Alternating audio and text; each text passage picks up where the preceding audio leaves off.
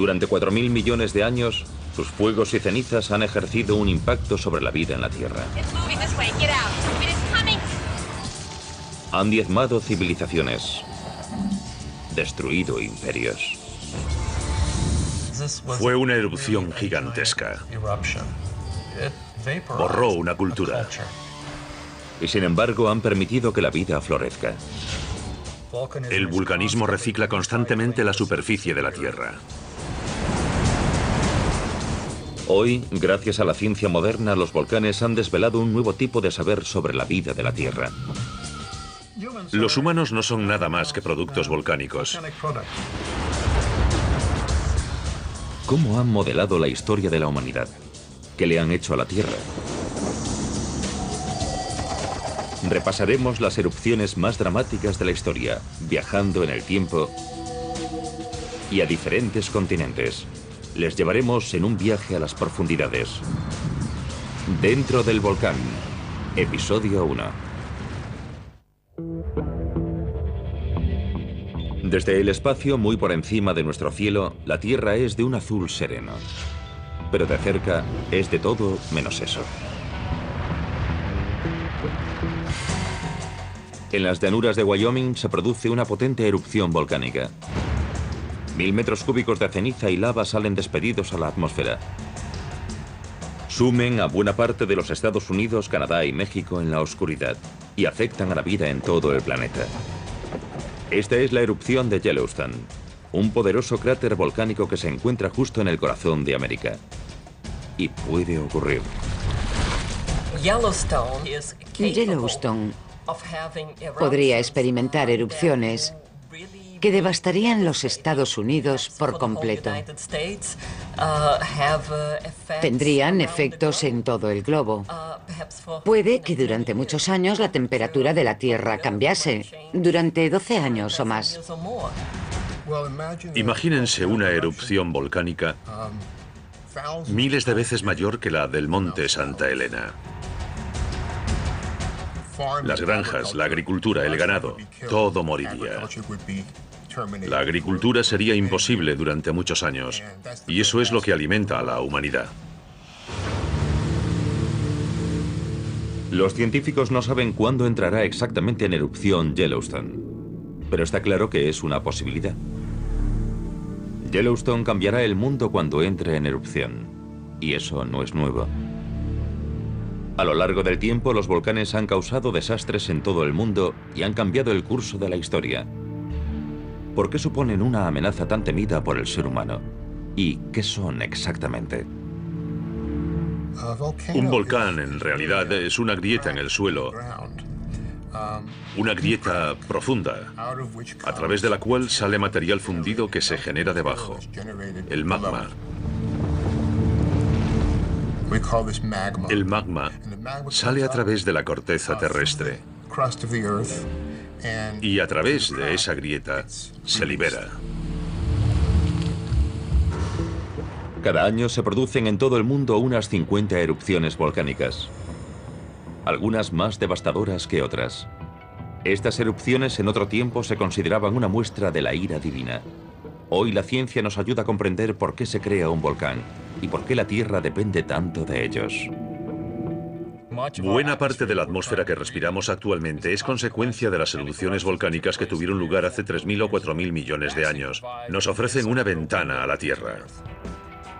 Cada volcán activo es una bomba de relojería. Una bomba que avisa de su explosión con apenas días o tan solo horas de antelación. Antes de que se produzca una erupción, esperamos ver cierto aumento de la actividad sísmica, montones de terremotos, porque el magma rompe las rocas a medida que se desplaza hacia la superficie. Vemos también deformación en el suelo por el magma acumulado, e incluso la superficie del volcán inflarse como un globo gigante. Pero la erupción de un volcán es solo la fase final de un largo proceso que comienza cientos o incluso miles de años antes. Los volcanes se forman de diferentes maneras, y para entenderlo, tendremos que entrar dentro del volcán.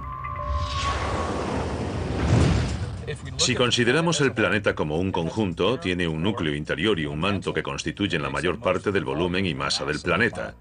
y una chapa o cáscara muy fina en la superficie exterior que se denomina corteza. Bajo la superficie exterior de la Tierra, capas de roca forman las placas continentales y oceánicas.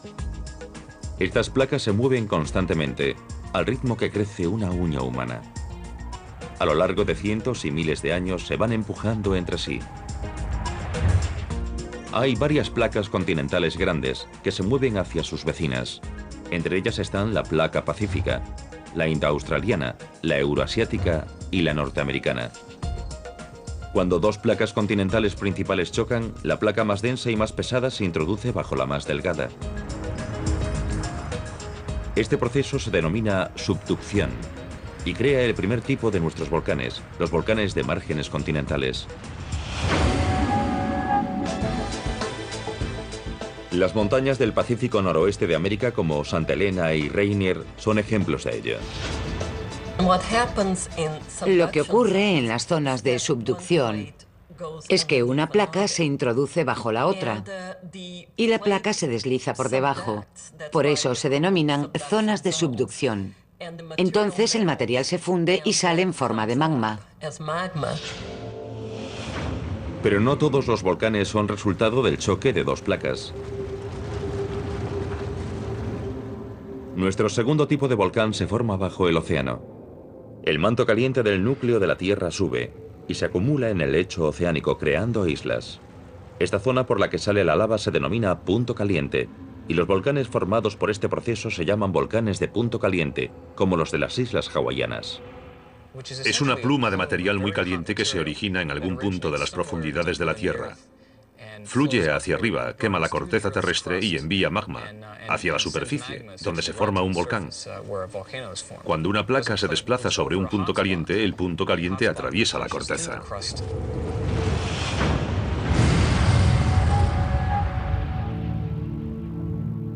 Nuestro tercer tipo de volcán se forma cuando las placas oceánicas de la Tierra se apartan entre sí. Al hacerlo crean una serie de fisuras o aberturas. Si esta fisura está situada sobre un punto caliente, surge el magma entre las placas. Estos volcanes se denominan volcanes de dorsal oceánica. Los volcanes de Islandia se incluyen en esta categoría. No tienen forma cónica, sino que forman largas cordilleras que se extienden a lo largo de miles de kilómetros. Si dos placas contiguas chocan bajo el océano, provocan la formación de otro tipo de volcán. Estos volcanes no surgen en el punto de contacto de ambas placas, sino a unos 100 kilómetros de distancia. Son conocidos como volcanes de arcos insulares y forman una cadena de islas volcánicas. Los volcanes de Indonesia, como el Merapi, el Krakatoa y el Tambora, se clasifican en esta categoría. Estas cuatro configuraciones crean los diferentes tipos de volcanes que vemos hoy en nuestro planeta. Como cada tipo de volcán se forma de un modo diferente, esto afecta al tipo de erupción que se produce. Los volcanes son de diferentes tipos y a mí me gusta pensar que tienen diferentes personalidades. Algunos burbujean muy lentamente, otros son muy explosivos, se enfadan mucho. Hay varios tipos de erupciones. Las suaves y fluidas se denominan hawaianas. Las erupciones estrombolianas son las que lanzan lava por los aires. Las vulcanianas liberan mucho gas y ceniza. Y por último, las más violentas son las plinianas. Estas erupciones producen explosiones ruidosas de ceniza, gas y rocas. ¿Por qué hay volcanes diferentes a lo largo y ancho de la Tierra? ¿Y por qué predomina un tipo de erupción sobre otra? Pues todo esto tiene que ver con el tipo de magma que expulsan. El contenido de la cámara del magma dicta el comportamiento de los volcanes sobre la Tierra. A medida que descendemos hacia el interior de la Tierra, la temperatura aumenta a un ritmo de entre 15 y 30 grados centígrados por kilómetro que se desciende.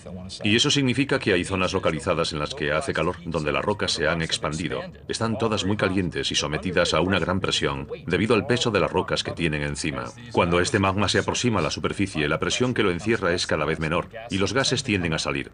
Una buena analogía para explicar el comportamiento de los gases disueltos en magma lo tenemos en una botella de agua con gas. Tenemos una botella con un líquido que llena la mayor parte del contenedor, con un poco de aire por encima y después el tapón.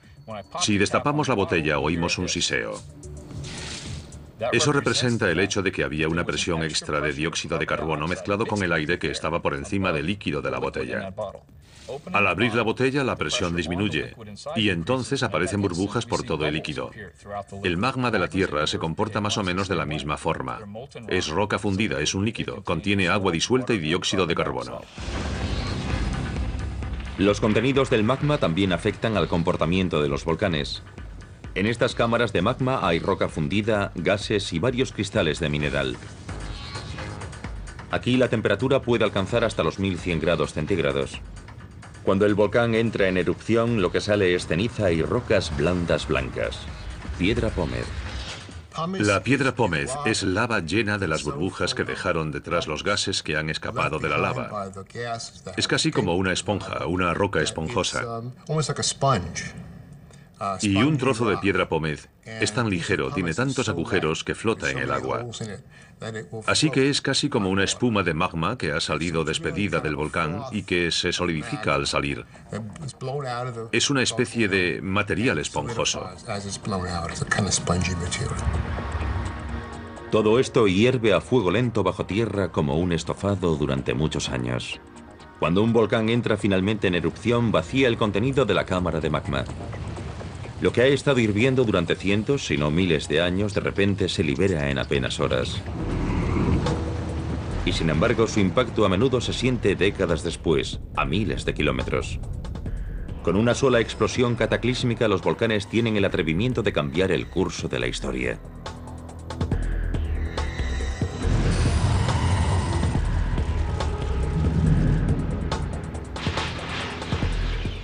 Una de las erupciones más devastadoras de la historia se produjo en Europa hace más de 3600 años, en las islas griegas de Santorini. Su volcán entró en erupción con tal furia que provocó el ocaso de una civilización. Fue una explosión enorme, gigantesca. Borró una cultura. Tuvo una enorme influencia en todas las personas que vivían en la zona. Creo que cambió el rumbo de la cultura occidental. En la inmensidad azul del mar Egeo, un grupo de islas destaca en el archipiélago griego. Su naturaleza oscura y amenazadora contrasta con la caliza blanca y el mármol prístino del resto. Estas islas hoy se conocen colectivamente con el nombre de Santorini. Hace más de 3600 años, un poderoso volcán se alzaba en el centro de estas islas. Su nombre, Thera. Sobre el año 1600 a.C., una potente explosión sacudió a Thera. El volcán entró en erupción con enorme furia. Ceniza, rocas y piedra pómez salieron volando hacia el cielo hasta una altura de 37 kilómetros. Cubrieron los cielos y oscurecieron el mundo antiguo. Pensemos en la magnitud de esta erupción. Comparémosla con algo con lo que estamos familiarizados, por ejemplo, con la del Monte Santa Elena en 1980 en los Estados Unidos. Esa erupción la consideramos una gran erupción, pues esta fue 100 veces más explosiva.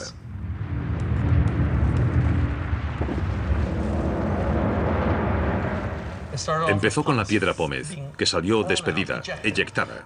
Se produjo una lluvia de piedra pómez que cayó por todas partes y que se fue acumulando muy rápidamente, formando la primera capa, la primera fase. Después llegó la segunda fase. De repente algo cambió. Pasamos de tener piedra pómez volando hacia el cielo y cayendo y amontonándose en el suelo a tener algo que se encontró al nivel de la tierra.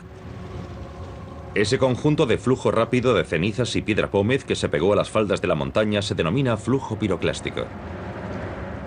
Ese flujo, que se desplaza a velocidades que alcanzan los 160 km por hora y a temperaturas de hasta 540 grados, es letal. Destruye todo a su paso y entierra todo aquello que se encuentra. Cuando el Thera entró en erupción, las ciudades que rodeaban al volcán resultaron destruidas. Los arqueólogos solo han encontrado pistas de la magnitud de la erupción en los últimos 50 años. En 1967 se descubrió Akrotiri, una ciudad antigua próxima al Tera, enterrada bajo capas de ceniza volcánica. Había sido encontrada una ciudad perdida. ¿Pero habría un continente perdido?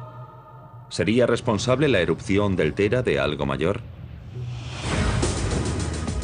¿Tal vez del hundimiento de una isla imperio legendaria llamada Atlántida?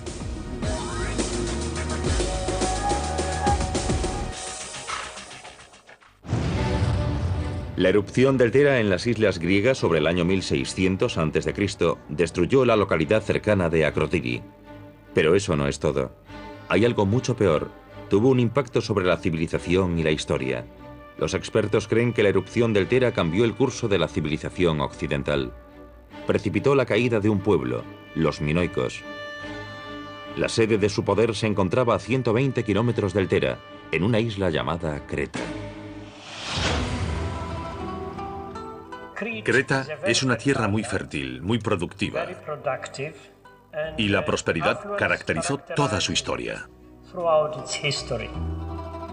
Los minoicos eran contemporáneos de los poderosos egipcios, tenían una lengua propia y una cultura admirada por otros pueblos. Eran comerciantes que amaban la paz y que ponían el énfasis en el comercio y no en la guerra. Era un imperio comercial, no tenían murallas defensivas ni nada para protegerse, porque solo tenían navíos, barcos. Así que eran conocidos en todo el Mediterráneo oriental como comerciantes. Los minoicos, cultos y civilizados, eran un pueblo prometedor. Su cultura había puesto la semilla de la civilización griega 1000 años antes. Tenían un estado muy avanzado, basado en la burocracia y la organización. Hoy, lo único que quedan son sus palacios y ruinas, a donde los turistas acuden en masa cada verano. La caída de la civilización minoica puede relacionarse con un desastre natural concreto, la erupción del Tera. Esto es Knossos, el palacio más importante, el asentamiento más importante de los minoicos en Creta. ¿Qué vieron una mañana al despertar? Pues lo que vieron en el horizonte fue un volcán entrando en erupción. Fue una de las mayores erupciones de que hay constancia en la antigüedad en esta parte del mundo. Vieron un cielo gris, un cielo negro, vieron rayos, nubes oscuras que les envolvieron y ceniza cayendo sobre el suelo a su alrededor. Y vieron terremotos, terremotos constantes. Para ellos parecía que el mundo se había terminado. La ceniza de la erupción llegó desde Tera a Creta en menos de media hora. Los minoicos que vivían en Creta no sospechaban lo que les esperaba. Imagínense que están en Creta y que son minoicos. La vida les va bastante bien. De repente al norte, en el horizonte, explota algo. Y saben que es una isla. Seguramente tienen parientes que viven allí. De repente, en solo 4 días es el caos. El cielo está en llamas y los tsunamis rompen contra la costa.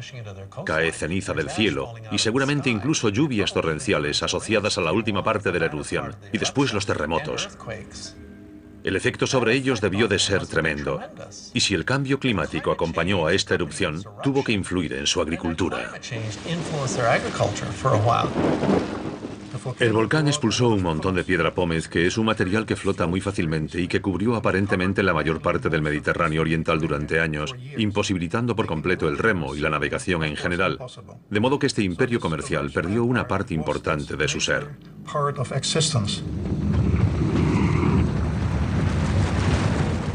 Los terremotos de la erupción provocaron incendios y los palacios minoicos ardieron.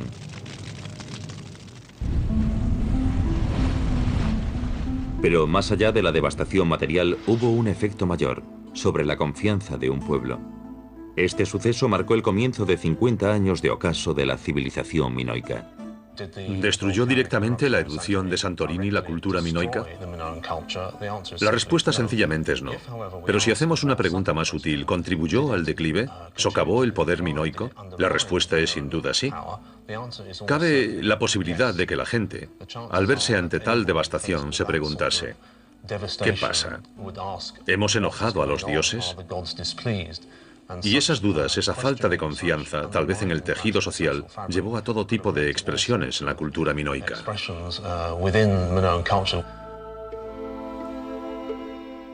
Con esta fractura del orden social, la civilización minoica sufrió un gran golpe.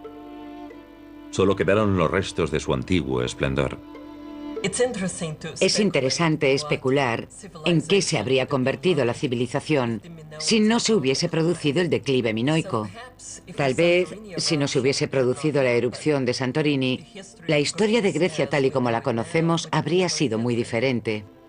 ¿Por qué la erupción del Tera tuvo tal magnitud? Para encontrar la respuesta debemos ir dentro del volcán. El Tera se encuentra sobre una serie de islas volcánicas, a caballo de 4 placas. Esta convergencia de placas crea la cadena de islas volcánicas y provoca que la erupción del Tera sea muy potente. El magma se forma cuando la placa africana se introduce bajo la euroasiática. El resultado es un magma rico en gas y espeso, que entra en erupción de forma explosiva.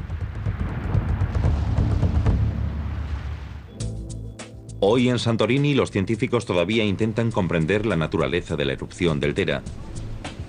Estas capas de rocas y depósitos minerales son las únicas pistas que ha dejado la historia. El geoarqueólogo Floyd McCoy ha dedicado más de 20 años de su vida a estudiar el impacto del Tera. Él cree que la explosión fue tan ruidosa que pudo oírse en toda Europa meridional, el norte de África y en Oriente Próximo. Y lo que es más importante, la explosión cambió completamente la forma del terreno. Miles de años antes de la erupción minoica, se cree que Santorini era una sola isla, posiblemente con esta forma. Tras varias erupciones, esa isla única se dividió en varias más pequeñas. En la época minoica, un volcán llamado Tera se encontraba en el centro de estas islas. Cuando entró en erupción aproximadamente en el año 1600 a.C., cambió de nuevo la forma de las islas. Uno de los efectos del vulcanismo es que cambia constantemente el paisaje a lo largo del tiempo.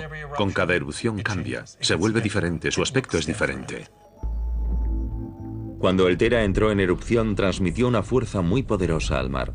Los científicos creen que provocó olas gigantes o tsunamis que golpearon las costas del Egeo. Esta erupción produce todo tipo de efectos físicos en la zona. Se producen docenas de tsunamis. Y entonces lo que ocurre es que el centro del volcán, después de explotar, se desploma y crea la caldera actual.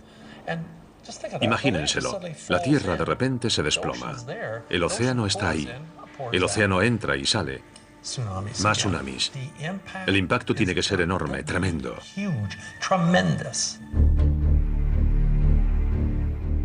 Hoy, lo único que queda del volcán es una isla en el centro de Santorini, llamada Nea Kameni.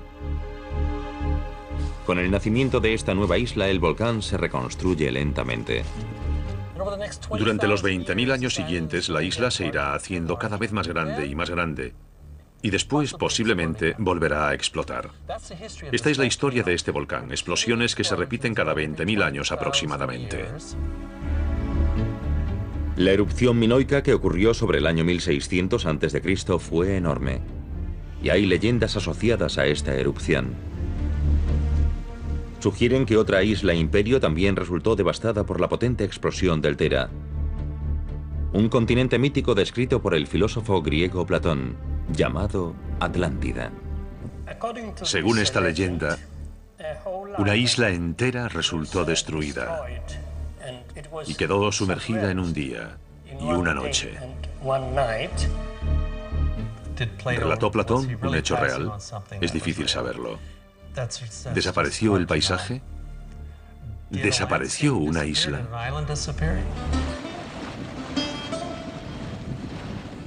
Tanto si esta teoría se sostiene como si no, la respuesta yace en las profundidades del mar, porque el Egeo es una inmensidad repleta de pequeños enigmas históricos.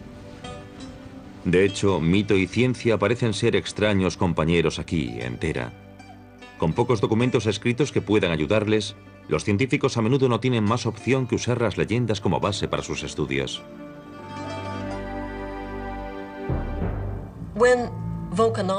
Cuando un vulcanólogo intenta reconstruir una erupción antigua, usa todo lo que puede, todos los datos que tiene.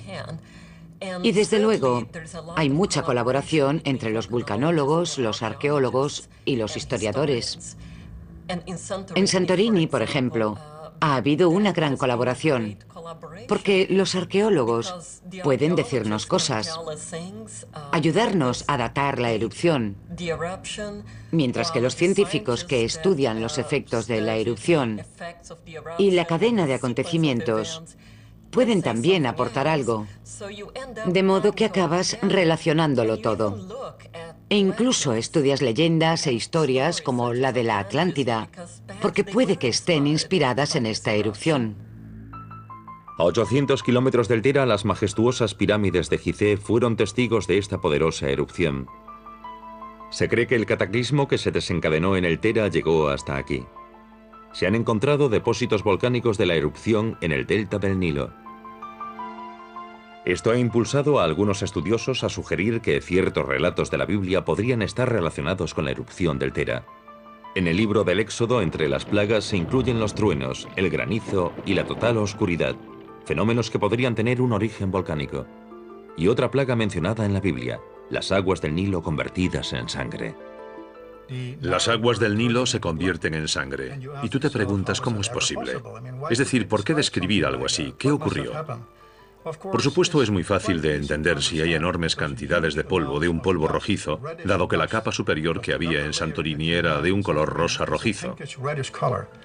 Buena parte de ese material pudo haber llegado a la zona de Egipto y acabó en el Nilo, debido a las fuertes lluvias que cayeron también en la época en la que había todo ese polvo en la atmósfera. Eso significa que el color del Nilo cambió de alguna manera y pasó del típico marrón amarillento a un tinte más rojizo. Todavía hoy, científicos e historiadores intentan atar todos los cabos de la erupción del Tera. Buena parte de sus secretos se encuentran bajo el mar, en depósitos de ceniza y tal vez fundidos en continentes y ciudades perdidas. Pero hay otro volcán cuya historia está muy bien conservada. Esta fue la primera vez en la historia que un hombre describió una erupción con todo detalle. Y hoy los científicos han asociado su nombre con la más explosiva de todas las erupciones. Incluso en medio de lo que debió de ser un caos, describió la erupción y los sucesos de la erupción de una forma muy detallada y científica. ¿Puede ser tan explosivo un volcán como para que su legado se sienta más de 1000 años después?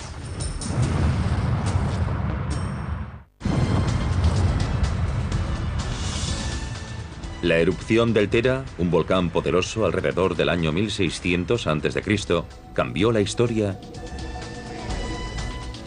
y también la geografía.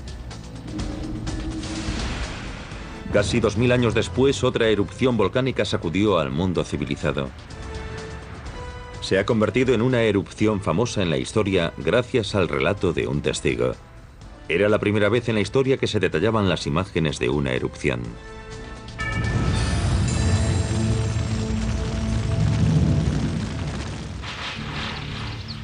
Se alza a 1300 metros de altura, en solitario esplendor sobre la bahía de Nápoles. Es el único volcán activo de Europa continental. En agosto del año 79 después de Cristo, el Vesubio entró en erupción y enterró a las ciudades romanas vecinas bajo ceniza y rocas. Aquel día debió de ser un infierno. El día se convirtió en noche debido a las nubes de la erupción que taparon el sol. Seguramente habría un tremendo olor a azufre y la gente estaría aterrorizada, sin saber qué hacer. A lo largo de un periodo de 30 horas, los habitantes de las ciudades próximas al Vesubio contemplaron asombrados esta erupción. La erupción del Vesubio en el año 79 después de Cristo comenzó el 24 de agosto con una erupción inicial de aproximadamente 1 pulgada de ceniza, un par de centímetros. A eso le siguió la erupción de piedra pómez, es decir, cristal volcánico cargado con gas que está extremadamente caliente. Es magma cargado con gas que se hincha como un grano de trigo. Es un material que flota mucho y que salió disparado hacia la atmósfera e inmediatamente se convirtió en una lluvia. Esta erupción tuvo una potencia similar a la de 500 bombas atómicas como la de Hiroshima. Es una consecuencia de la alta concentración de gases disueltos en el magma. Y lo interesante es que el magma del Vesubio ha desprendido materiales muy ricos en gas a lo largo de los últimos 25.000 años. La presión de estos gases, al expandirse, es lo que produce energía, al igual que el vapor de una turbina se usa para producir energía eléctrica. El gas se expande y el magma entra en erupción de forma catastrófica.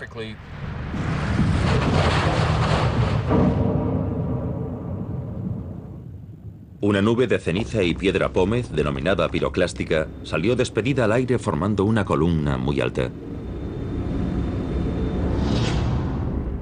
Este material piroclástico permaneció en la atmósfera, pero no por mucho tiempo. La nube del material se eleva sobre el volcán, pero a veces se vuelve tan densa que partes de la nube se desploman. El flujo llegó primero a la ciudad de Pompeya, viajando a una velocidad de hasta 320 km por hora y a una temperatura de entre 200 y 800 grados. Además de las altas temperaturas y de la elevada energía del impacto del flujo, las partículas que transporta son rocas volcánicas calientes, cristal volcánico. De modo que hay diminutas partículas de cristal de grano fino caliente cargado con gas que si las respiras te ahogan, te taponan la tráquea.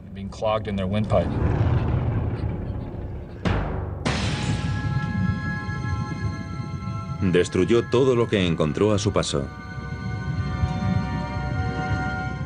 La siguiente sería Herculano. Ambas ciudades quedaron enterradas bajo el flujo piroclástico y silenciadas durante los 1800 años siguientes.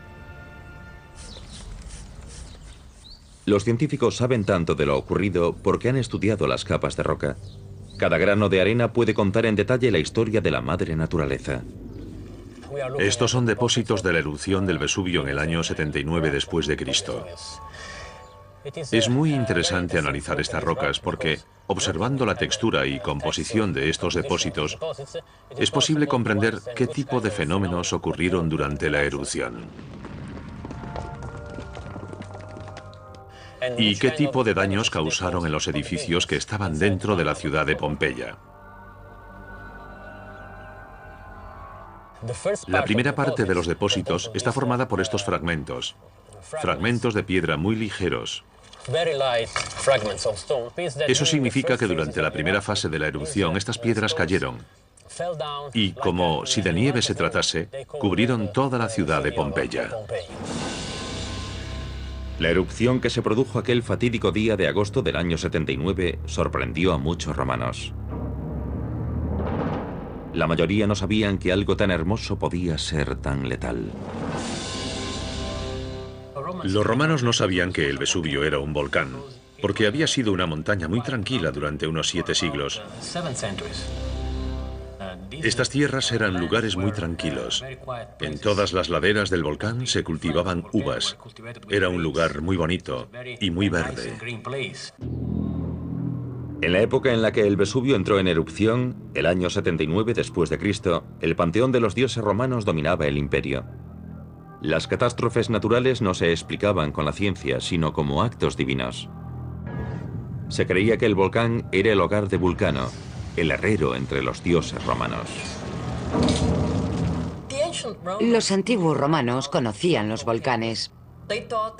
Creían que el dios Vulcano estaba allí, en su fragua, y que había forjado los rayos de Júpiter o Zeus, y que cuando golpeaba sobre su yunque se producían las explosiones. En su mundo, el volcán es la entrada al inframundo, es decir, al infierno de los antiguos romanos.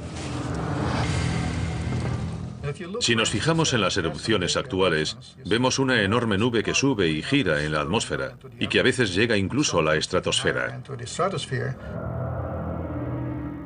Entonces es muy fácil ver gigantes ahí, caras, miembros, cuerpos y demás. Y es como si girasen y se rodeasen y se peleasen.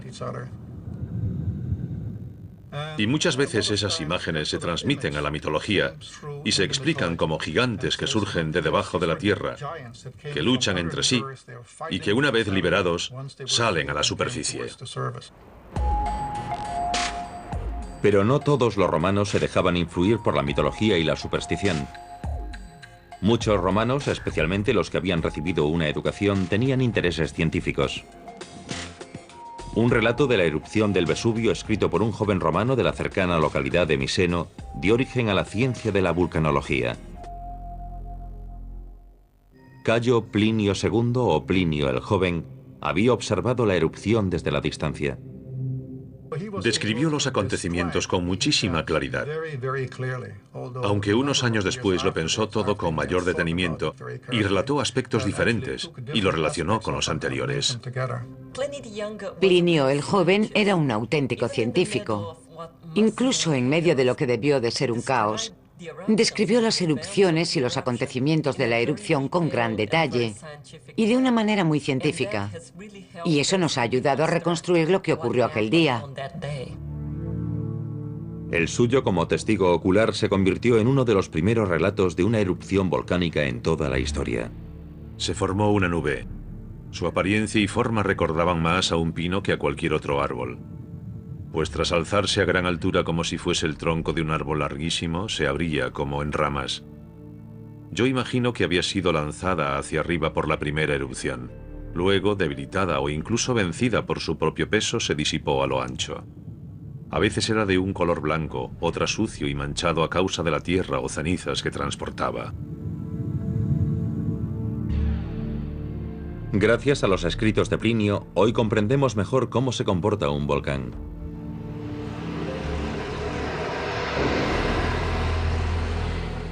En el laboratorio del Museo de Historia Natural de los Estados Unidos, el vulcanólogo Jim Webster continúa con esta observación científica que comenzó con Plinio. Con un simple fragmento de roca obtenida en el Vesubio, es capaz de recomponer las pistas de esa erupción histórica.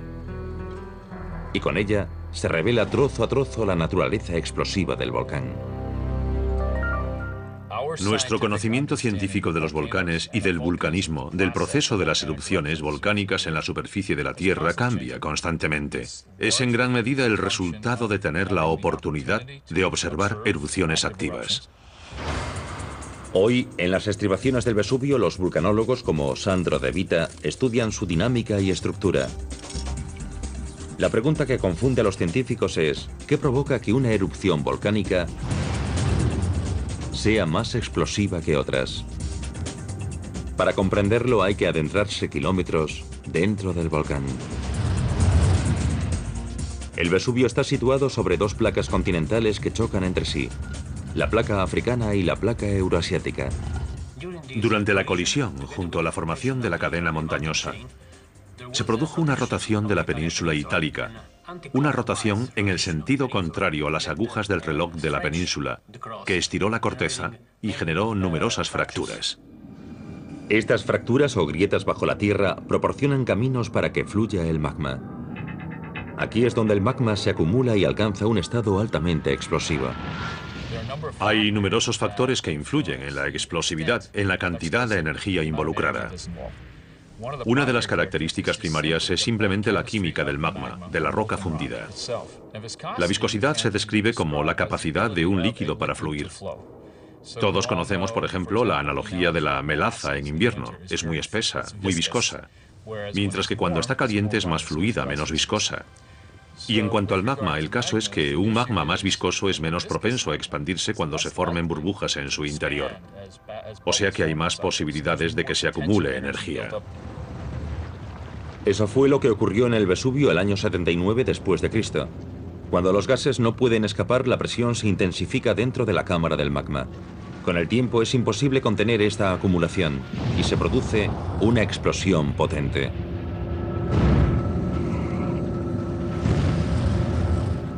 Cuando la alta columna de ceniza y rocas volcánicas se desplomó, supuso el fin para los habitantes de las dos ciudades, Pompeya y Herculano.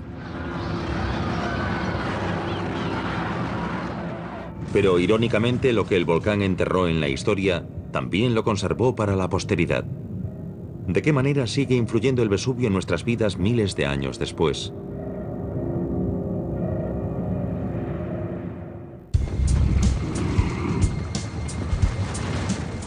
El Vesubio entró en erupción el año 79 después de Cristo, proyectando una altísima columna abrasadora de ceniza, rocas y gases a la atmósfera.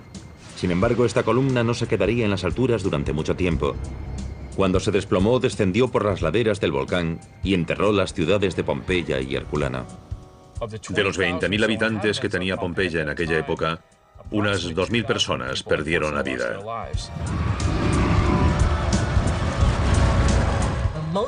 La mayoría de los habitantes no se quedaron allí y no les pilló por sorpresa, porque el terremoto se produjo primero. Se calcula que un 10% de la población se quedó en Pompeya y murió debido a los flujos piroclásticos que se produjeron a primera hora de la mañana.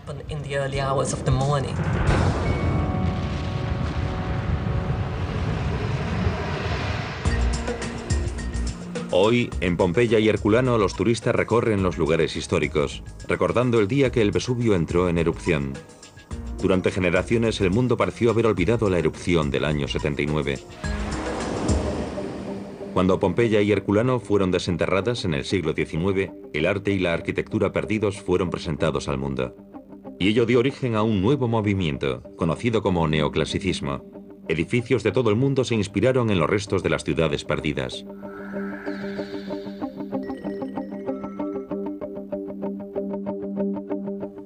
Hubo un verdadero resurgimiento. Todo el mundo dijo, copiémoslo. Tanto en el mundo literario como en el artístico se produjo una especie de convulsión, pero renacimiento es la palabra más adecuada. El Vesubio sigue siendo un volcán activo. Pompeya y Herculano hace tiempo que son historia, pero Nápoles es una ciudad bulliciosa, viva. Desde el año 79 el volcán ha entrado en erupción 50 veces. La mayoría fueron erupciones menores. La última se produjo en 1944. 26 personas murieron a consecuencia de esa erupción. Los ríos de lava destruyeron localidades cercanas y una base militar estadounidense. Tal vez para la población, la proximidad a la muerte exalta la vida. Las tierras próximas son fértiles y generosas. El Vesubio se mueve entre la destrucción y la creatividad.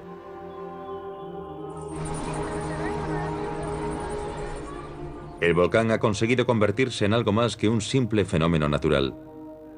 Ha moldeado la cultura y la psicología de las personas que viven en sus laderas. Aquí en Nápoles es evidente. Hoy, más de 2 millones de personas viven en Nápoles y en las localidades que rodean al Vesubio. En el fondo, saben que este volcán activo volverá a entrar en erupción. Está considerado uno de los volcanes más peligrosos del mundo porque vive mucha gente en su alrededor. En Nápoles, evidentemente, y en las afueras de Nápoles que rodean al volcán. Imagínense los tapones que se formarían si la gente intentase escapar del volcán. Sería una situación muy peligrosa y podrían morir centenares de miles de personas. Pero la población ha aprendido a convivir con la amenaza permanente de vivir a su sombra. Durante años, los científicos han intentado que se restringiese la urbanización en la zona del Vesubio, pero sus palabras han caído en saco roto. Los napolitanos creen que su santo patrón, San Genaro, les protegerá de la próxima erupción del Vesubio.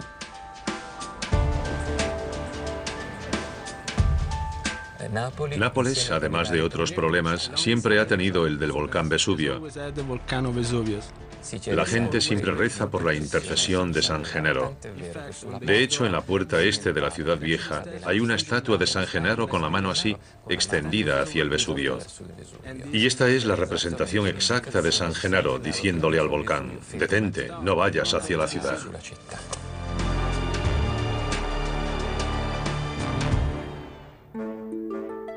Torturado y decapitado, el santo murió martirizado el año 305 después de Cristo. Hoy, sus restos están enterrados en una cripta de la catedral. Gotas de su sangre se conservan en viales bien protegidos. 3 veces al año se celebra una ceremonia en la catedral de la ciudad con la sangre de San Genaro. La gente cree que si la sangre no se licúa, el santo quiere transmitirnos alguna señal. El sentido de la tradición ha hecho que muchos reconstruyan sus hogares cada vez que el Vesubio ha entrado en erupción. Es difícil comprender la tenacidad de la gente que vive al pie de un volcán. ¿Por qué arriesgan su vida y sus propiedades para vivir en las laderas de un volcán? ¿No sería más fácil vivir lejos de un centro de desgracias? Esa, sin embargo, no siempre es la solución. El alcance de un volcán puede estar más cerca de lo que nos imaginamos, aunque vivamos a miles de kilómetros. Una erupción volcánica, en teoría, puede llegar a cualquier lugar del mundo. También puede influir en el clima de todo el mundo, y en muchos casos varios años después del suceso. ¿Puede la erupción de un volcán que se encuentra a medio mundo de distancia devastar las vidas de personas que están al otro lado del globo?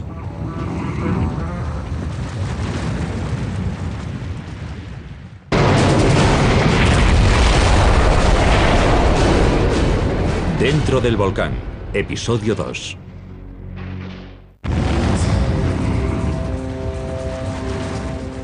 Uno de cada 10 habitantes del mundo vive hoy en zonas flanqueadas por volcanes activos. Para ellos, la vida sigue, aunque la sombra de la destrucción planee entre la niebla. Muchos de ellos viven en el Anillo del Pacífico, una zona de elevada actividad volcánica conocida como el Anillo de Fuego. El choque de las principales placas de la Tierra crea estos volcanes activos. Desde Navidad en Chile, pasando por las montañas de fuego de América Central, el monte Santa Elena en las Cascadas en el noroeste de América, los arcos insulares de las Aleutianas y Siberia, Japón con su venerado monte Fuji y el feroz monte Sakurajima, hasta Indonesia, donde el Krakatoa espera con el sagrado Bromo y el monte Tambora. Buena parte de la cuenca de la corteza del Océano Pacífico sufre el empuje de la corteza continental que le rodea. Aquí se producen constantemente fenómenos volcánicos, que probablemente representan entre el 15 y el 20% de todo el vulcanismo que tiene lugar en nuestro planeta. Pero la ira de un volcán no se limita solo a quienes deciden apostar con su futuro. El impacto de una erupción volcánica potente puede sentirse a miles de kilómetros de distancia. Una erupción volcánica, en teoría, puede llegar a cualquier lugar del mundo. La razón es que las erupciones especialmente explosivas pueden inyectar ceniza y gases directamente en la estratosfera, hasta 17 kilómetros de altura, o incluso más. Y este material puede extenderse por todo el mundo e influir en el clima de todo el planeta. Y en muchos casos, varios años después del suceso. Una erupción en Indonesia a medio mundo de distancia podría afectar a la vida en América y Europa. La historia ya lo ha demostrado antes.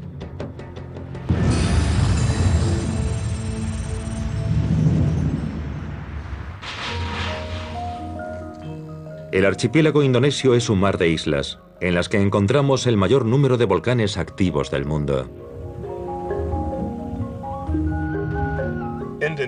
Indonesia es en realidad una cadena de volcanes que surge del hecho de que estamos reciclando parte de la corteza oceánica más antigua de la Tierra. Ese es uno de los elementos que hacen que Indonesia sea propensa a peligros volcánicos, ya que es una manifestación de esta subducción o proceso de reciclado.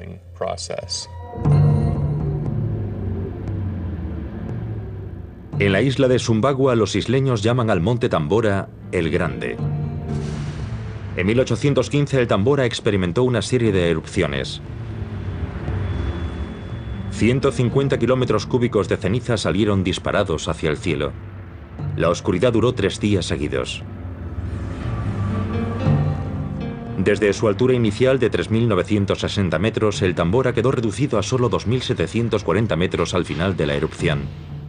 Se calcula que más de 10.000 personas murieron como consecuencia directa de la erupción.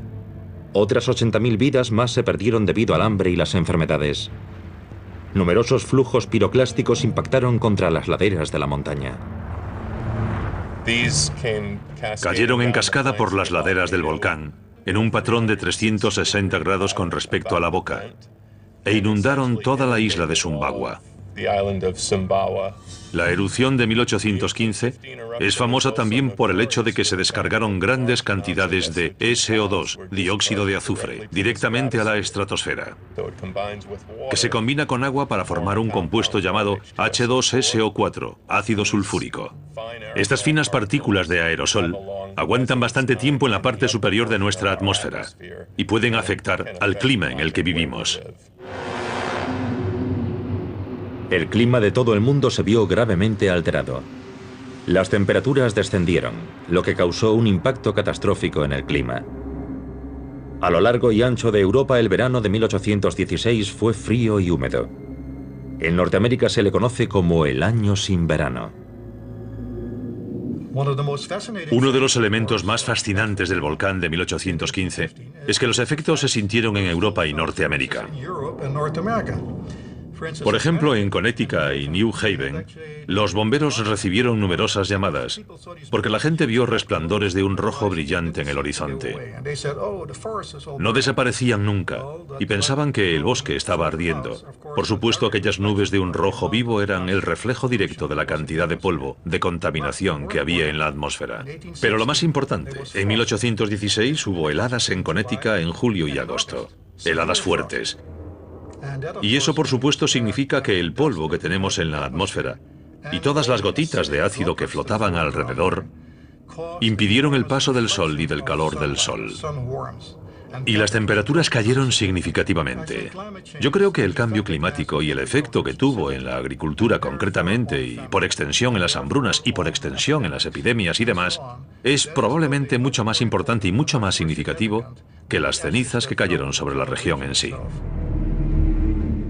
El Tambora demostró que las erupciones volcánicas podían alcanzar mucho más allá de las costas locales. Pero pese a todo, no se conoce su alcance total. De la erupción del Tambora no ha quedado demasiada constancia en los archivos históricos. El Tambora apenas dejó pistas. Pero a 1400 kilómetros de distancia, en las islas de Indonesia, estaba el Krakatoa. Este volcán tenía más que compartir. El Krakatoa se encuentra entre las dos principales islas de Indonesia, Sumatra y Java. Cuando entró en erupción en agosto de 1883, la explosión se escuchó en Australia, a 3.200 kilómetros de distancia. Las ondas de choque de la explosión recorrieron el mundo y llegaron a América 20 horas después de la erupción. La onda de choque del Krakatoa recorrió el mundo. Las dos ondas se encontraron sobre Brasil, chocaron, volvieron hacia atrás, chocaron, volvieron hacia atrás y chocaron. Sin duda, algunas de estas detonaciones se produjeron cuando los flujos piroclásticos descendieron por las laderas del volcán. Entraron en el mar y generaron lo que conocemos como explosión hidrovolcánica. Pensemos en el magma como el combustible y en el agua como refrigerante. Y cuando tenemos una interacción combustible-refrigerante, podemos encontrarnos con una actividad explosiva catastrófica. Y algunas de estas explosiones, obviamente, resonaron por nuestro planeta varias veces, hasta 7. El polvo del Krakatoa llegó a 2.400 kilómetros de distancia y permaneció en la atmósfera de la Tierra 2 semanas. La luz del sol que se filtraba a través de las partículas de polvo creó espectaculares efectos ópticos en más del 70% de la superficie de la Tierra. Es una especie de dibujo causado por toda esta contaminación. A veces azul y a veces naranja y rojo y así. Consigues colores inusuales. Hoy sabemos muchas cosas sobre el impacto global de la erupción del Krakatoa. Geólogos de todo el mundo realizaron observaciones científicas bien documentadas. En aquellas épocas, el telégrafo era el invento que la humanidad usaba para comunicarse en todo el mundo. Y es una de las primeras erupciones en las que tenemos testigos que transmiten su relato de la actividad a personas de todo el mundo.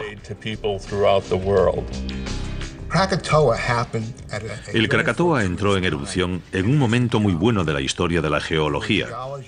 En aquella época hubo geólogos en Indonesia que observaron los efectos y las consecuencias de la erupción. En un mapamundi, los volcanes de Indonesia pueden parecer pequeños. Apenas un punto en la inmensidad de la Tierra. Pero su poder es aterrador. Su alcance, inimaginable. Pero lo peor es su naturaleza impredecible. Hoy la ciencia intenta anticiparse a estos volcanes. ¿Es posible averiguar qué trama el inescrutable volcán?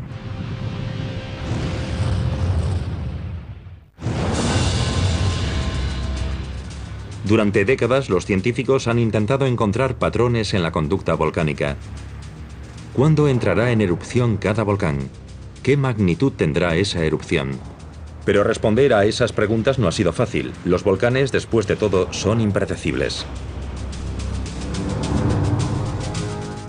En vulcanología decimos que el pasado es la clave del futuro, dado que los volcanes harán en el futuro lo mismo que han hecho en el pasado. Así que si estudiamos la historia de esos volcanes y los estudiamos correctamente y con precisión, creo que podremos hacer unas buenas predicciones. Pero sabemos que son impredecibles en lo relativo al tiempo. Nos gustaría decir, el próximo jueves a las 3 habrá una erupción de magnitud, pongamos VI5, una erupción grande en este volcán en particular. Eso nos permitiría precisar el cuándo y el dónde, evacuar a las personas, dejar que el volcán entrase en erupción e hiciese lo que tuviese que hacer y después que la gente volviese. De momento, nos enfrentamos a este dilema de la incertidumbre.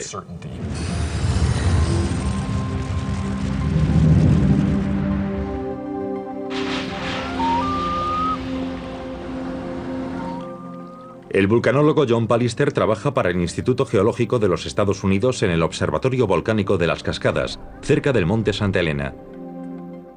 Hoy, en las laderas del volcán, Pallister recoge rocas de lava que le ayudarán a arrojar luz sobre la conducta del Santa Elena. Estamos en los depósitos de la avalancha de escombros de 1980 del Monte Santa Elena y estamos analizando algunas de las rocas de esa avalancha de escombros para intentar resolver el rompecabezas de qué parte del volcán procedían. De hecho, lo que tenemos aquí es un trozo de lava que entró en erupción hace unos 4.000 años en el Monte Santa Elena. Procede de esa parte clara de la pared del cráter a la que llamamos la cúpula del arroyo del Viejo Pino. Así que lo que estamos viendo son enormes masas del volcán que se deslizaron por este horrendo torrente de roca que descendió en 1980. Como un rompecabezas gigante, lo que hacemos es elaborar un mapa de la distribución y apuntar en qué lugar del mapa se encontrarían. Hacemos un mapa geológico y reconstruimos en qué lugar del volcán estaban.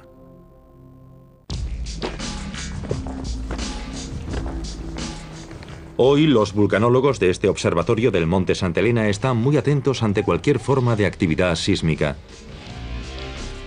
Sobre sus hombros recae la responsabilidad de predecir la próxima erupción del Monte Santa Elena y evitar que se repita la magnitud del último desastre.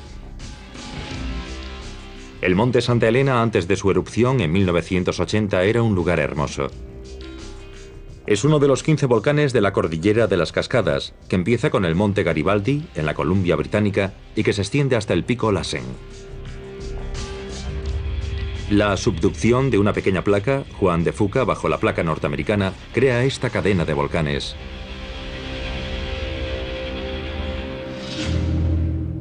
En mayo de 1980, el Monte Santa Elena entró en erupción tras 123 años de inactividad. A mediados de marzo comenzaron una serie de terremotos seguidos por erupciones de vapor y ceniza volcánica. Los vulcanólogos sabían que solo era cuestión de tiempo que se produjese una explosión, pero no podían saber cómo sería. Era evidente que el Monte Santa Elena estaba inquieto de nuevo, y esa información se comunicó a la opinión pública. La pregunta era en qué acabaría todo aquello.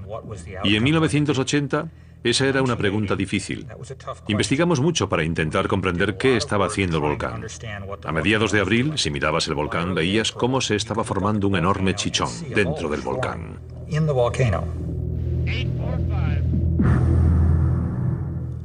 El magma había conseguido ascender desde muchos kilómetros de profundidad y acercarse a la superficie de la Tierra. ¿Qué pasaría? La única pista que teníamos era lo que había hecho el Santa Elena en el pasado. Históricamente, el Monte Santa Elena había hecho erupción desde la cumbre, pero esta vez algo era diferente. En su flanco norte crecía a ritmo constante una protuberancia.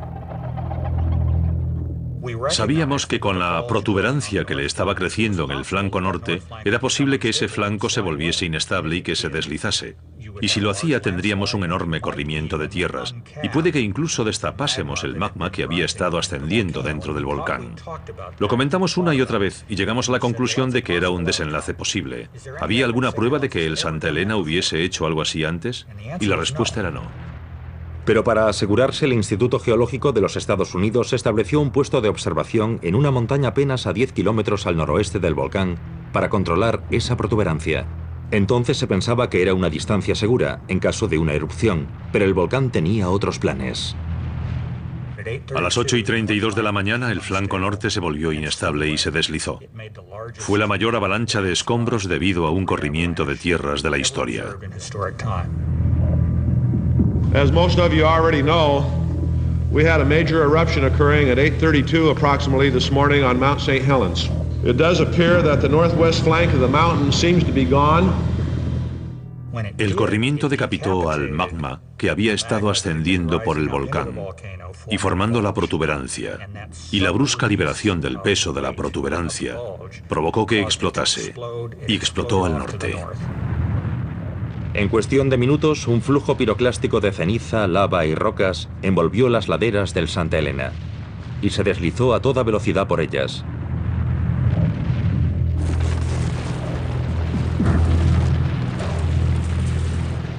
La mayoría de la fauna pereció. 520 kilómetros cuadrados resultaron destruidos, el equivalente a la ciudad de Chicago.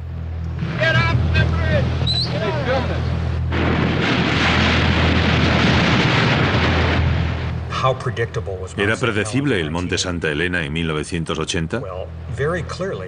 Evidentemente nos avisó con 2 meses de que pasaba algo. Pero no podíamos predecir con precisión que el 18 de mayo el desenlace sería una enorme avalancha, una explosión dirigida.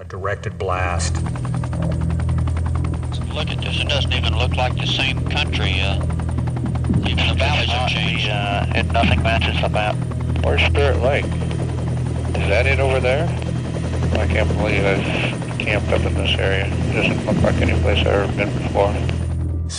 Así pues, el desenlace no fue perfecto, pero aprendimos muchísimo. Y pudimos avisar a la gente de que el Santa Elena estaba tramando algo, algo que no había ocurrido en más de 100 años. Aprender sobre el pasado es clave para estudiar a los volcanes. Los científicos intentan predecir el futuro descubriendo la conducta pasada de un volcán. No hay 2 volcanes iguales. Así que para entender a un volcán, hay que estudiar a ese volcán en particular. Lo que ha hecho en el pasado, lo que puede hacer en el futuro. Todavía estamos aprendiendo mucho sobre los volcanes y sobre las erupciones volcánicas. Estamos aprendiendo mucho sobre cómo saber si un volcán va a entrar en erupción. Es muy difícil de predecir.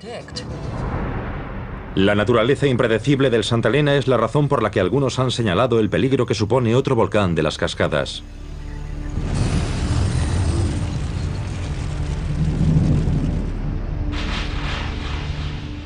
Tan solo 80 kilómetros al norte del monte Santa Elena se encuentra el monte Rainier. A primera vista, su casquete helado parece el telón de fondo perfecto para sacar una foto. Pero no se engañen, el Rainier es un volcán que está esperando su momento para causar estragos.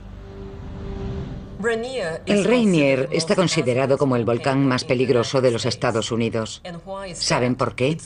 No solo porque es un volcán explosivo, como el Santa Elena, como los volcanes de las Cascadas, sino también porque tiene glaciares en su cumbre, y eso puede provocar otro tipo de cosas.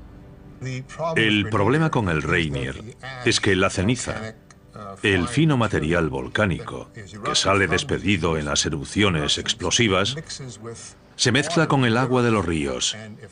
Y si hay glaciares en el volcán, el hielo se derretirá y tendremos flujos de lodo, flujos muy rápidos de lodo y agua que descenderán por los valles que rodean al volcán.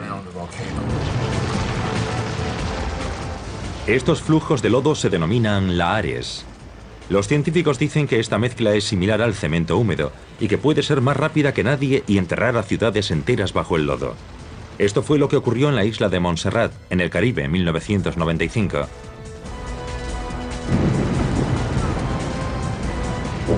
La erupción del volcán Soufriere Hills cubrió completamente Montserrat. Miles de personas tuvieron que abandonar sus hogares. Ahora imagínense el monte Rainier con sus flujos de lodo inundando las ciudades de Seattle y Tacoma, en las que viven 2 millones de personas. Ya ha ocurrido antes. Entre 1820 y 1892 el Rainier entró en erupción 16 veces. Entonces apenas había unos cuantos colonos en la zona. Hoy, si ocurriese lo mismo, miles de vidas se verían afectadas. Partes de Tacoma y Seattle están construidas sobre antiguos depósitos de flujos de lodo. Y se calcula que unas 100.000 personas viven sobre esos antiguos depósitos de flujos de lodo. Y algo podría ocurrir de nuevo. Podríamos pensar que si conseguimos calcular cuándo entrará en erupción, podríamos empezar a evacuar Seattle y las ciudades vecinas. Pero el problema es que no podemos predecir exactamente cuándo entrará en erupción. Así que, ¿qué hacemos? En primer lugar, no estamos seguros de si se producirá una erupción.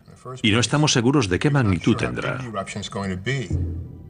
Para los científicos es una labor ardua, pero con la tecnología actual están más equipados para predecir una erupción. Hay información en cada uno de estos píxeles sobre cuánta energía de radar se reflejó, sobre cuánto brilla. La tecnología infrarroja INSAR utiliza a los satélites para captar imágenes de la Tierra. Imágenes que no significan nada para un profano, pero que dicen muchas cosas a los científicos. Tomamos fotografías desde satélites que orbitan la Tierra y las convertimos en dibujos preciosos como este, que son imágenes de cuánto se ha movido la Tierra. En este caso, cuánto levantamiento ha habido. En este, cuánto ha cedido el suelo. Otra innovación que se ha convertido en un arma vital para los científicos es el sistema de posicionamiento global. El GPS es una constelación de 24 satélites. Cada satélite orbita la Tierra a una altitud de 17.700 kilómetros y transmite continuamente información. En tierra, los receptores de GPS difunden la información. El sistema de posicionamiento global es un sistema de satélites que orbitan la Tierra y transmiten constantemente señales que pueden recibirse en la Tierra. Y con un poco de magia y procesando esas señales, se puede determinar dónde estamos. Si el volcán empieza a hincharse, o si una estación cualquiera empieza a desplazarse lateralmente porque una falla ha comenzado a moverse, nosotros lo vemos. El GPS es la herramienta de posicionamiento definitiva para los estudios de vulcanología. Tiene la posibilidad de detectar desplazamientos tridimensionales. Puede usarse como un punto fijo continuo que te transmite datos cada segundo si lo deseas, o puedes mover las posiciones.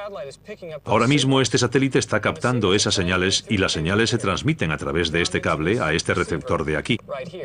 El receptor capta los datos y los almacena en una pequeña tarjeta de memoria similar a la que tenemos en nuestra cámara digital. Incluso con herramientas como el GPS, todavía hay muchos detalles sobre los volcanes que los científicos intentan desvelar. Hasta hoy, ningún científico ha logrado determinar el momento y magnitud precisos de la siguiente erupción. Esta naturaleza impredecible explica tal vez por qué tenemos tanto miedo a los volcanes.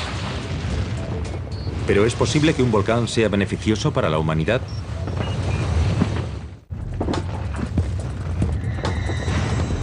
Una poderosa erupción volcánica a menudo despierta miedo, seguido de muerte y devastación.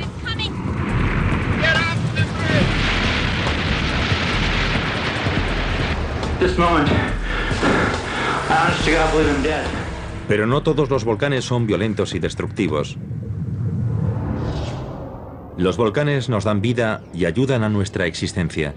Esta es otra característica de un volcán. En Hawái, las erupciones son suaves. Posibilitan que florezca la vida. Los volcanes hawaianos, aunque explotan de vez en cuando, normalmente entran en erupción de forma muy tranquila. Simplemente expulsan ríos de lava muy fluidos que a veces pueden recorrer distancias muy largas.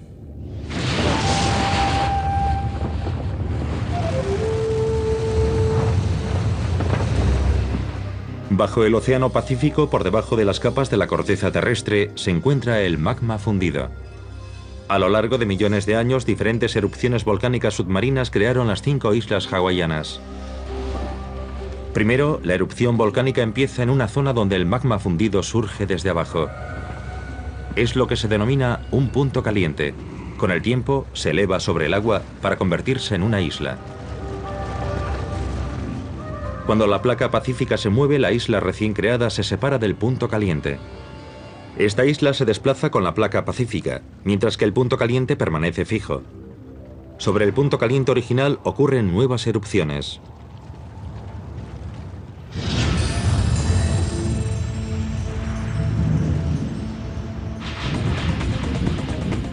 Este es el Kilauea.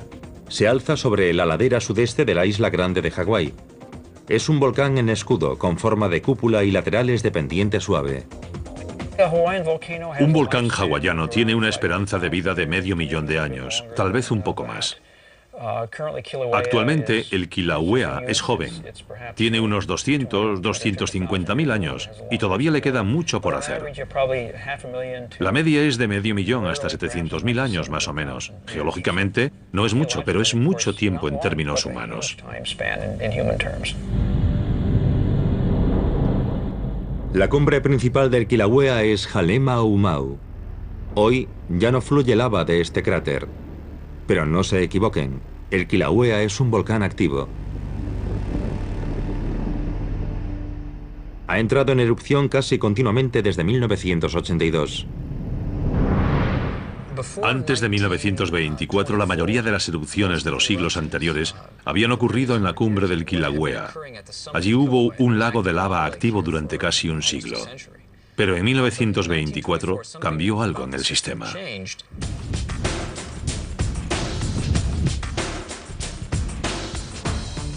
La erupción ocurrió originalmente en la cumbre principal del Kilauea.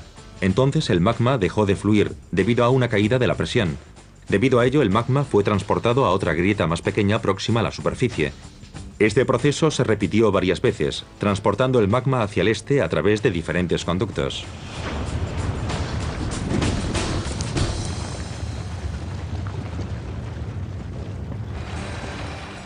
La erupción actual del Kilauea, llamada Pu-O, se originó en un conducto alejado del cráter original. Esta erupción da nueva vida a las islas hawaianas. La lava que fluye de los conductos llega al océano y se solidifica. Y con el tiempo se convierte en tierra fértil.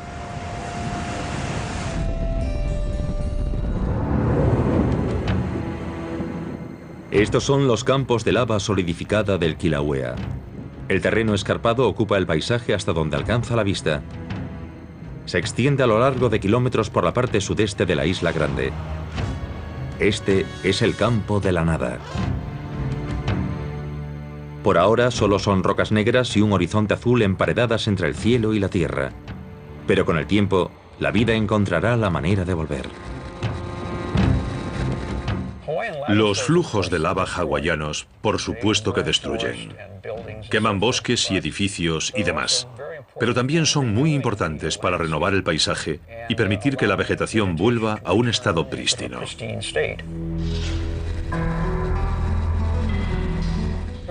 De vez en cuando, las explosiones del Kilauea han arrojado ceniza volcánica sobre algunos flujos jóvenes del volcán y han creado una especie de tierra instantánea. Entre algunos hawaianos, sin embargo, hay una explicación diferente para este ciclo de vida. Para ellos, la erupción es obra única y exclusivamente de Pele, la diosa del fuego. Ella es quien les concede la vida. Pele es la diosa de los volcanes. Ella está en todos los elementos volcánicos que vemos, desde el vapor hasta el azufre, pasando por los propios flujos. La llegada de Pele tiene diferentes versiones, pero todas culminan en la misma historia. Pele viaja desde muy lejos, desde Kahiki, y llega primero a la isla de Niihau, la más septentrional de las islas hawaianas principales. Lo interesante es que trae consigo a su hermana Hi'iaka, que brota del pecho de Pele. Ella tiene poderes regenerativos increíbles. Mientras Pele crea la tierra, Hi'iaka la sigue devolviendo la vida al paisaje, creando las plantas y bosques que nos rodean.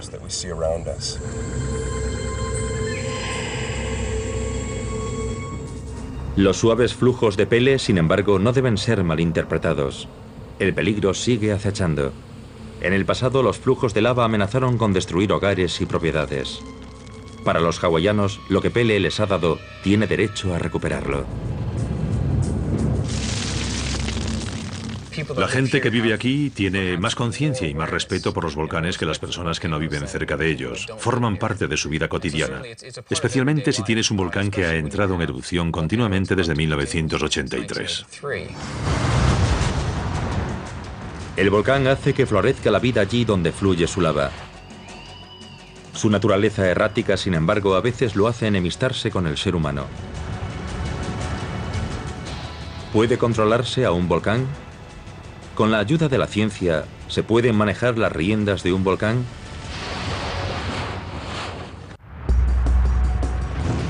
La historia siempre nos ha mostrado que los volcanes son una potencia indomable. Pero hoy, esa imagen está cambiando. Hay formas de controlar la energía de los volcanes.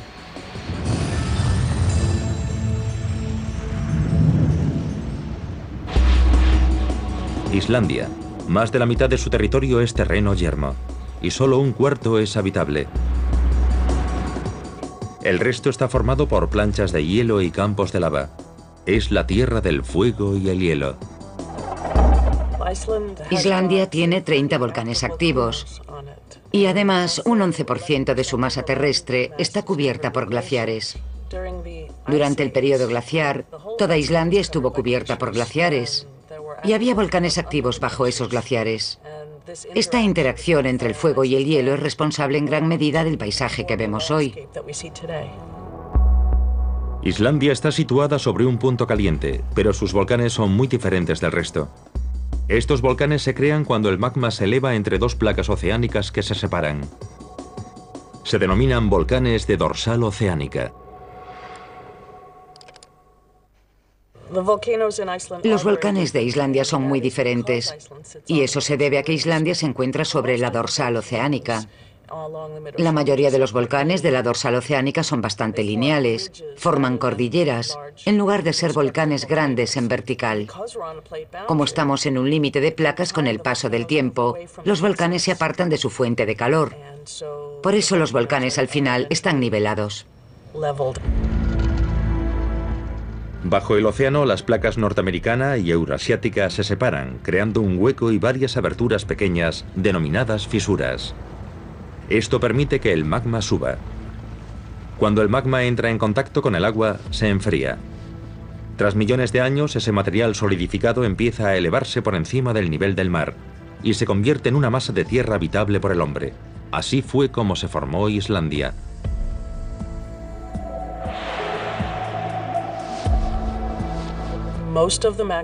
La mayor parte del magma que sube, aproximadamente el 95%, es magma basáltico, que es el mismo magma que forma la corteza del fondo marino. Está muy caliente y es muy fluido y muy denso. Y cuando sale, normalmente como en los volcanes de Hawái, fluye a partir de un conducto central o de una fisura. Una fisura es esto, una fractura en la corteza terrestre. Y a través de esta fractura, el magma fundido del manto asciende a través de la corteza terrestre y sale en erupción. Dado que viven en medio de numerosos volcanes, los científicos islandeses como Omar Frilipsson han diseñado un método para aprovechar la energía volcánica. Los magmas poco profundos que pueden desencadenar erupciones volcánicas destructivas han sido la fuente de la energía geotérmica islandesa. Los volcanes, por supuesto, generan un montón de calor. El magma asciende desde el manto o desde la corteza a una temperatura muy alta, y tanto si ese magma ha llegado o no a la superficie, si ha salido en erupción o no, el calor está en la corteza. Y cuando el agua subterránea se filtra hacia la corteza, se calienta dentro de la corteza gracias a esta fuente de calor. A continuación asciende a través de las grietas y fracturas de la Tierra. Ahí es donde obtenemos el calor geotérmico, en forma de manantiales termales y fumarolas en las proximidades de los volcanes. Esta energía geotérmica es aprovechada desde hace un milenio, desde que el primer ser humano pisó la isla. Los primeros pobladores de Islandia, en los siglos IX y X, usaron esos manantiales termales para asearse, cocinar y lavar la ropa. Y eran muy útiles para la gente, especialmente en los fríos inviernos islandeses. Estamos en una fisura volcánica de hace 2000 años. La fisura se extiende unos 15 o 20 kilómetros por el centro del volcán y va hacia el lago que está allí, en la distancia. En total tenemos 23 o 24 pozos y unos 15 se usan para producir vapor y para el intercambio de calor con el agua fría, que se bombea desde el lago hasta la planta eléctrica. De modo que la planta eléctrica produce hasta 120 megavatios de electricidad.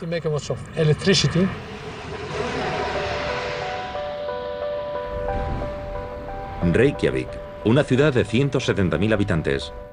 En esta ciudad la demanda de energía crece a gran ritmo. Y para satisfacer esa demanda se usa la energía de los volcanes para generar electricidad. En la planta geotérmica de Svartsengi se generan 39 megavatios de electricidad. Se utilizan dos tipos de recursos, de baja y de alta temperatura. Los recursos de baja temperatura están en el terreno.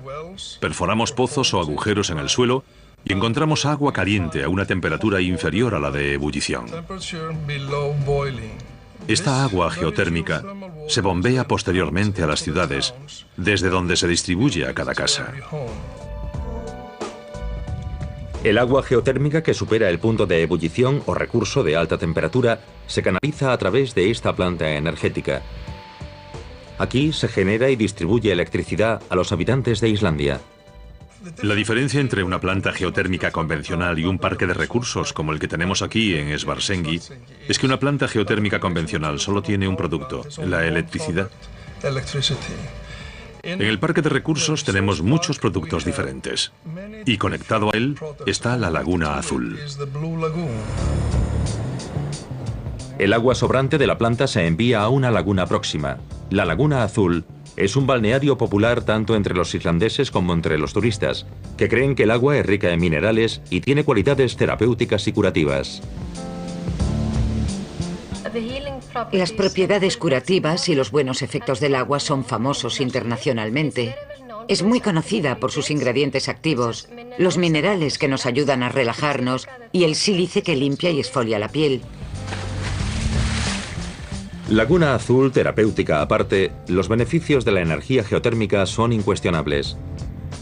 9 de cada 10 hogares islandeses se calientan o consumen electricidad procedente de esta energía geotérmica.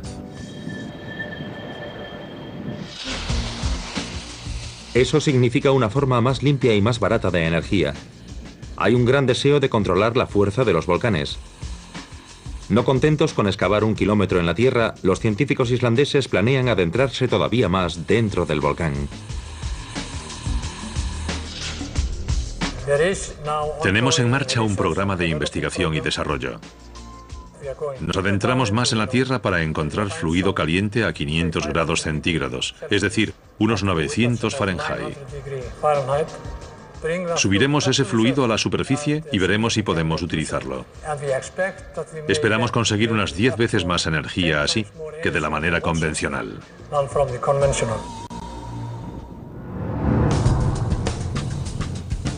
La experiencia islandesa ha demostrado que los volcanes no siempre son la amenaza aterradora que nos ha hecho temer la historia. Pero otra clase de volcanes, que no se parecen a ninguno de los que hemos visto hasta ahora, aguardan en silencio para descargar sus incendios cataclísmicos. No son montañas gigantescas, sino calderas bajas, conocidas por los científicos como supervolcanes.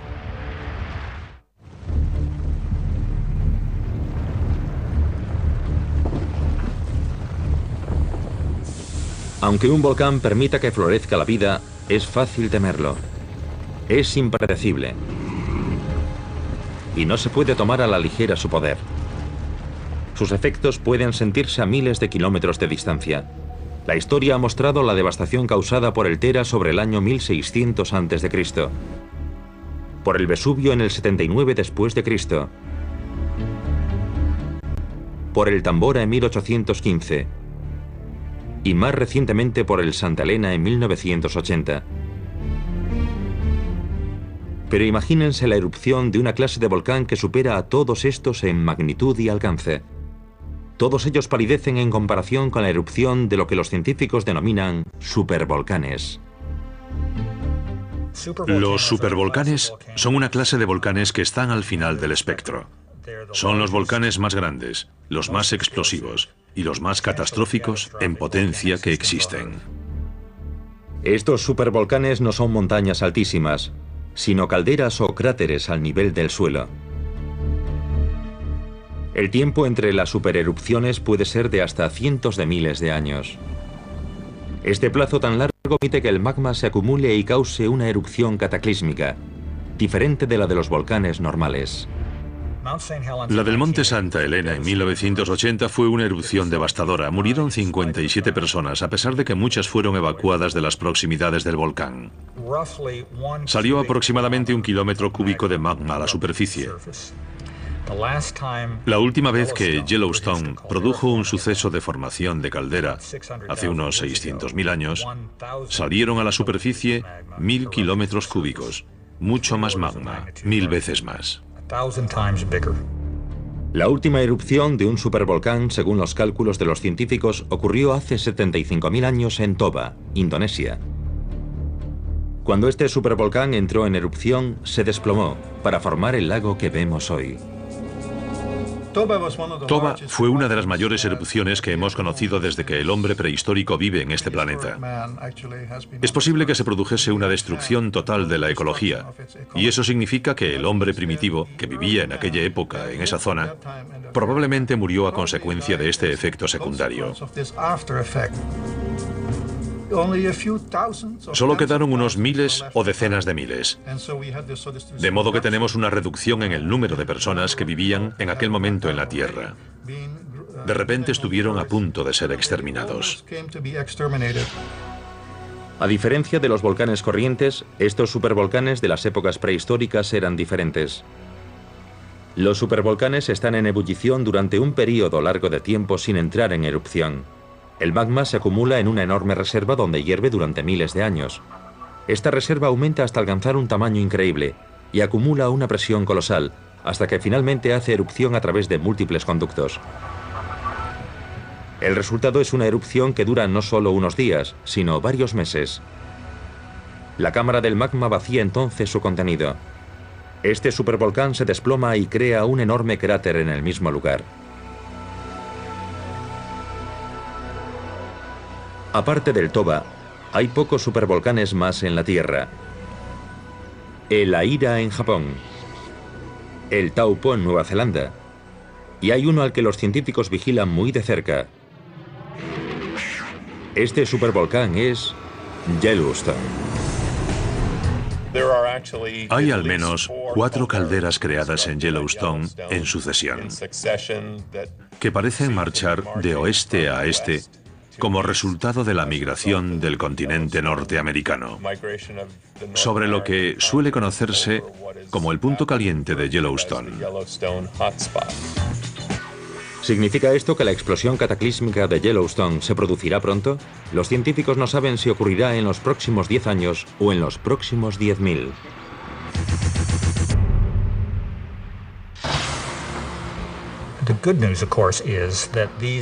La buena noticia, por supuesto, es que estos acontecimientos que cierran la serie, estas grandes erupciones volcánicas, son muy raras. Yellowstone entró en erupción por última vez hace 600.000 años. Long Valley hace unos 700.000 años. De modo que el peligro ahora mismo está más en los cientos de volcanes más pequeños que podrían entrar en erupción durante nuestra vida que en estos fenómenos catastróficos de formación de calderas que ocurren con menos frecuencia.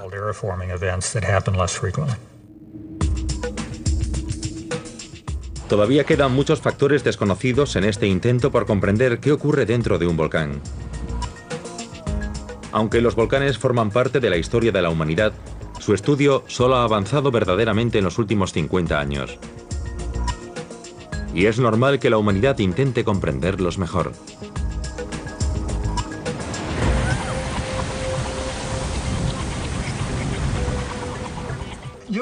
Los humanos no somos más que productos volcánicos.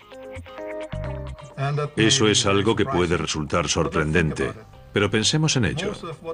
Somos fundamentalmente agua y unos 7 elementos diferentes. Ese agua y esos elementos llegaron casi todos a la superficie de la Tierra gracias a los volcanes. Llegaron desde las zonas más profundas de la Tierra y fue el magma quien los trajo a la superficie. De modo que son ellos, los volcanes, la base del ciclo de la vida. El vulcanismo es un beneficio para nosotros, pero también puede ser un desastre. Y ese es el mensaje que intentamos transmitir. Por muy destructivos que puedan ser los volcanes, son sin duda un componente intrínseco del ciclo vital de la Tierra. Un ciclo de nacimiento, destrucción